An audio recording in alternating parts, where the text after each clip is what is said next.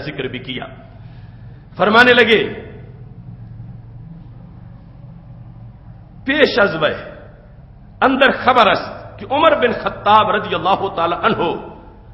مر ام کلثوم را کہ دختر فاطمہ بنت محمد صلی اللہ علیہ وسلم رضی اللہ تعالی عنہ خطبہ کرد از پیدرش علی بن ابی طالب رضی اللہ تعالی عنہ و کرم اللہ وجہہ.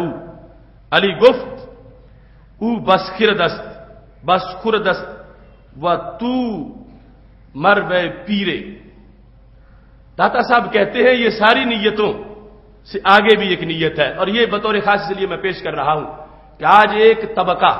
رافضیوں کا اس امر کا انکار کرتا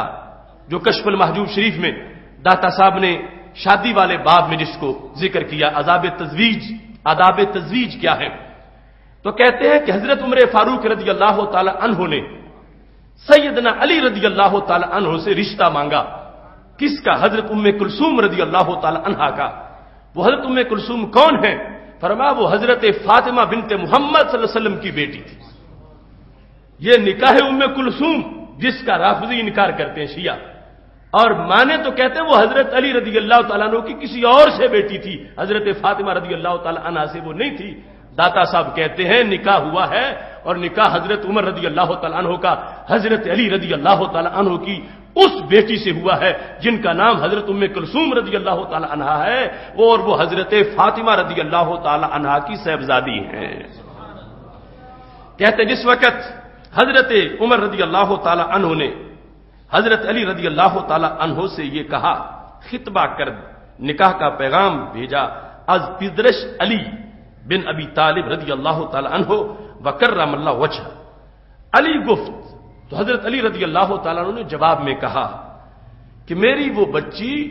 چھوٹی عمر کی ہے اور تم بوڑھے ہو چکے ہو. مرانیت آست کہ اورا با برادر زادہ خود خہم عبداللہ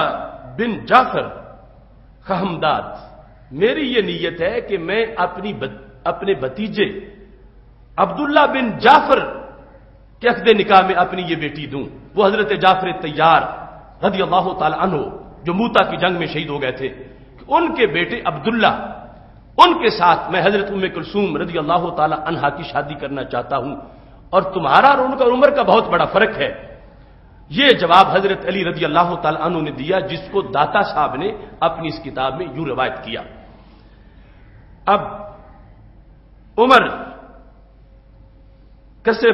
فرستاد درمیان میں قاصد تھا جو بات چیت کروا رہا تھا، تو حضرت عمر رضی اللہ تعالیٰ نے ان کو بھیجا، کہا یا ابا الحسن اندر جہاں زنانے بزرگ بسیارن. اس زمانے میں مجھے رشتوں کی کوئی کمی نہیں ہے. اندر جہاں زنانے بزرگ بسیارن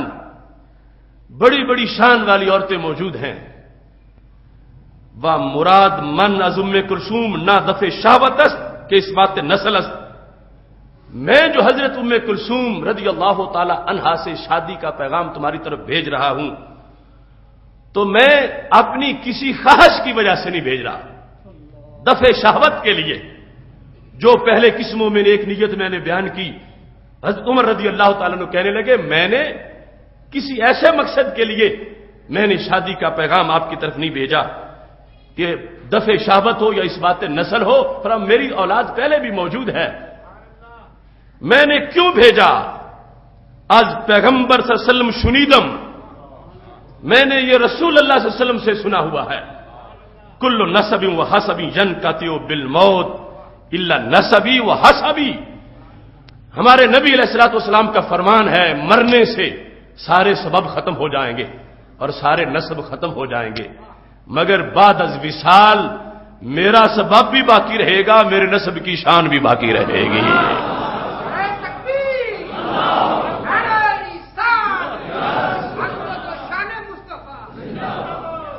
فرمایا اکنو مرا سبب ہست،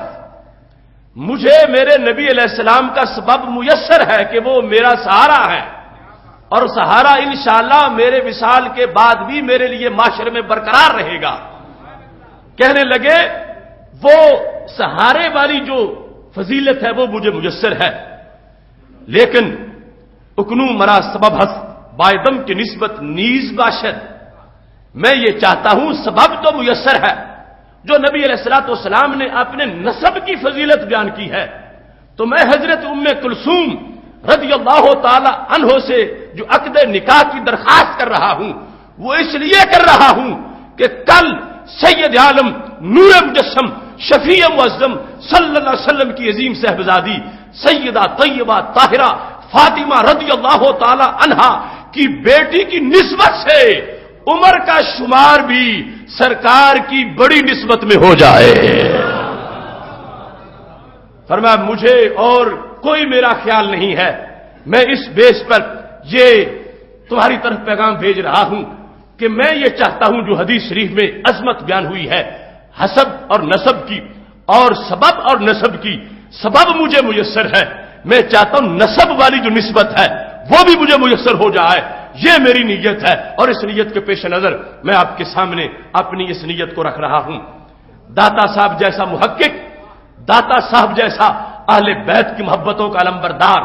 داتا صاحب جیسا صحابہ کرام علیہم رضوان کی عقیدت کا روشن معیار، وہ اپنی اس کتاب کے اندر اس مسئلے کو پوری وضاحت کے ساتھ اور سیدنا عمر رضی اللہ تعالیٰ عنہ کی نیت کے لحاظ سے بیان کر کے وہ اس بات کو واضح کرنا چاہتے ہیں کہ پاک محبوب علیہ الصلوۃ والسلام کے ساتھ جو عشق ہے صحابہ کرام علیہم رضوان کا، اس عشق میں سر فہرست جو چیز ہے وہ اہل بیت اطہار کا مقام و مرتبہ ہے، اہل بیت اطہار کی عزت و شان ہے، اور اہل بیت کا جو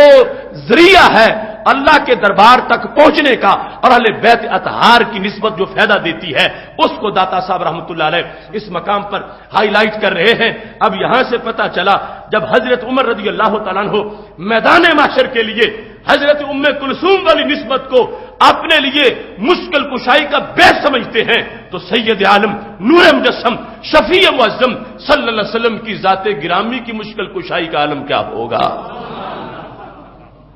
روافظ آج جو وہاں پر آ کے دھومے لگا کے بیٹھ جاتے ہیں، آگ جلا کے بیٹھ جاتے ہیں، ہم نے گزشتہ سال بھی پریس کانفرنس کر کے مطالبہ کیا تھا، اور ابھی بھی ہماری قراردادیں جو شائع ہوئیں 2 پروگراموں میں، گورنر ہاؤس کے سامنے جو ریلی تھی اور سیمینار کی، اس میں بھی ہم نے ان چیزوں کو رکھا جو پریس میں باقاعدہ آیا کہ ایسے بدعقیدہ لوگ جو داتا گنج بخش اجمیری کی دہلیز پہ لا کر دھومے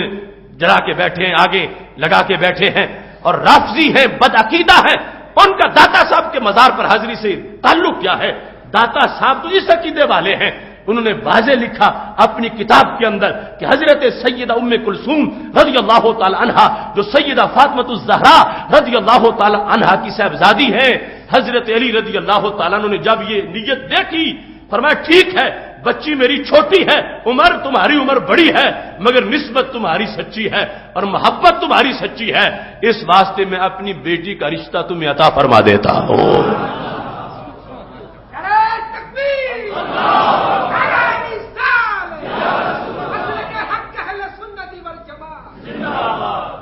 تو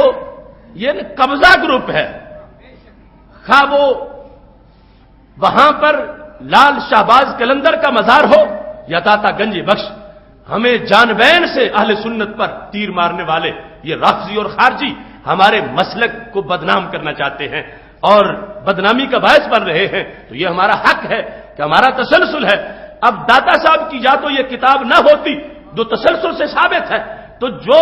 ان کے نظریات ہیں ان کے حامیوں کا، نظریات کے وارثوں کا داتا صاحب سے تعلق ہے۔ اب داتا صاحب کے دل پہ کیا گزرتی ہوگی جب ایسے بد کردار لوگ اور داتا صاحب کی تعلیم کے باغی لوگ وہاں جا کے